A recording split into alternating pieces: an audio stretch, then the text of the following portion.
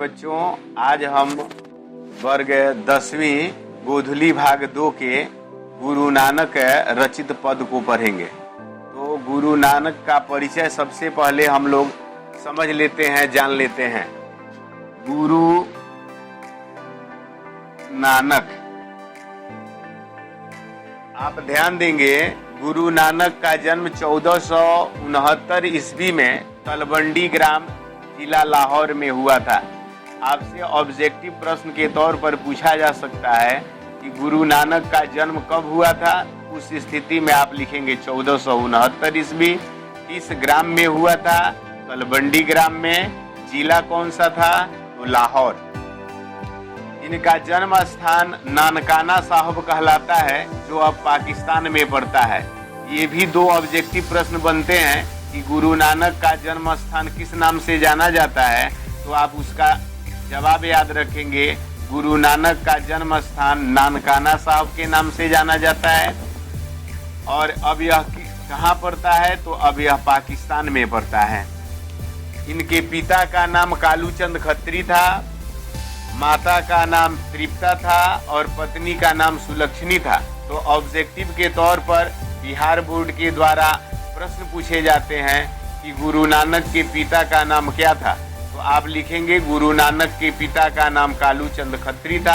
आपसे पूछा जा सकता है कि गुरु नानक के माता का नाम क्या था, तो आपको याद होना चाहिए गुरु नानक के माता का नाम तृप्ता था। और गुरु नानक की पत्नी का नाम क्या था? तो गुरु नानक की पत्नी का नाम सुलक्षणी था। इनके पिता ने इन्हें व्यवसाय में लगाने का प्रयास किया, लेकिन इनका मन व्यवसाय में तनिक भी नहीं लगता था। इनका मन लगातार ईश्वर की भक्ति भावना की तरफ झुकता गया और ये ईश्वर की भक्ति में ही अपने मन को रमा लिए। कहा जाता है कि ये एक मोदी खाने में भी व्यवसाय किए, लेकिन भक्ति में ये इतने ज्यादा लीन थे, भक्ति में लीन होने के कारण इन्होंने आटा अत्यधिक वजन करके एक ग्राहक को दे दिया, जिसके कारण वहां का मालिक जो था मोदी खाने का, इनको उस व्यवसाय से निकाल दिया। ये पुनः भक्ति भावना में अपने मन को लगा लिए और ईश्वर की भक्ति में लीन हो गए। इन्होंने सगुण भक्ति धारा पर जोर नहीं दिया। ये मुख्यतः निर्गुण भक्ति धारा के कवि हैं और इन्होंने निर्गुण भक्ति धारा में ही ईश्वर की आराधना की। इन्होंने व्यापक देशाटन किया, यहाँ तक कि मक्का और मदीना तक की यात्रा भी की।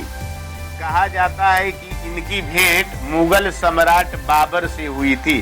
तो यह क्वेश्चन भी परीक्षा में आपसे पूछा जा सकता है कि किस मुगल सम्राट से गुरु नानक की भेंट हुई थी।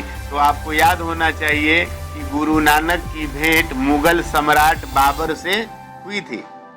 गुरु नानक ने सिख धर्म का प्रवर्तन किया। यह भी आपको याद होना चाहिए कि गुरु नानक ने किस धर्म का प्रवर्तन किया, तो गुरु नानक ने सिख धर्म का प्रवर्तन किया। इनकी रचनाएं जो हैं हिंदी में ब्रज भाषा और खड़ी बोली दोनों में मिश्रित हैं, यानी कि इनकी हिंदी जो है ब्रज भाषा और खड़ी बोली दोनों का मेल है। इनके भक्ति के पद बहुत मार्मिक हैं। इनके दोहों में जीवन के अनुभव उसी प्रकार गुथे हैं जैसे कि कबीर की रचनाओं में, लेकिन इन्होंने उलटबांसी शैली का प्रयोग नहीं किया है और कबीर ने उलटबांसी शैली का प्रयोग किया है। इनके उपदेशों के अंतर्गत गुरु की महत्ता, संसार की क्षणभंगुरता, ब्रह्मा की सर्वशक्तिमता, नाम जप की महिमा, ईश्वर की सर्वव्यापकता आदि बातें मिलती हैं। इनकी रचनाओं का संग्रह सिखों के 5वें गुरु अर्जुन देव ने 1604 ईस्वी में तैयार किया। तो आपको यह भी याद होना चाहिए कि गुरु नानक की रचनाओं का संग्रह किसने तैयार किया। तो आपको याद होना चाहिए कि सिखों के 5वें गुरु अर्जुन देव ने इनकी रचनाओं का संग्रह तैयार किया, जो गुरु ग्रंथ साहिब के नाम से प्रसिद्ध हुआ। गुरु नानक की रचनाएं, प्रमुख रचनाएं हैं जपू जी, आशा दीवार, रहीरास और सोहिला। कहा जाता है कि 1539 ईस्वी में वाह गुरु कहते हुए इन्होंने अपने प्राण त्याग दिए। तो ये दो प्रश्न और बनते हैं कि गुरु नानक की मृत्यु कब हुई थी। आपको याद होना चाहिए 1539 ईस्वी में उन्होंने क्या कहते हुए अपना प्राण त्याग दिया, तो उन्होंने वाह गुरु कहते हुए अपना प्राण त्याग दिया। तो बच्चों, आज हमने गुरु नानक का परिचय जाना। हम लोगों ने जाना कि गुरु नानक का जन्म 1469 ईस्वी में तलवंडी ग्राम जिला लाहौर में हुआ था। इनके पिता का नाम कालूचंद खत्री, माता का नाम तृप्ता और पत्नी का नाम सुलक्षणी था। इनके पिता ने इनको व्यवसाय में लगाने का प्रयास किया, लेकिन इनका मन व्यवसाय में तनिक भी नहीं लगा और बचपन से ही ये भक्ति भावना की तरफ लीन रहे। हम लोगों ने यह भी जाना कि इनकी प्रमुख रचनाएं आशा दीवार, जपू जी, रही रास और सोहिला है।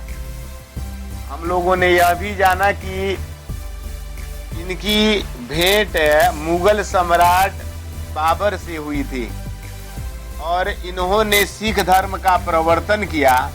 1539 ईस्वी में वाह गुरु कहते हुए इन्होंने अपना प्राण त्याग दिया। अब इसके बाद अगले वीडियो में हम लोग इनकी रचनाओं का पहला पद राम नाम बिनु बिरथे जगी जन्मा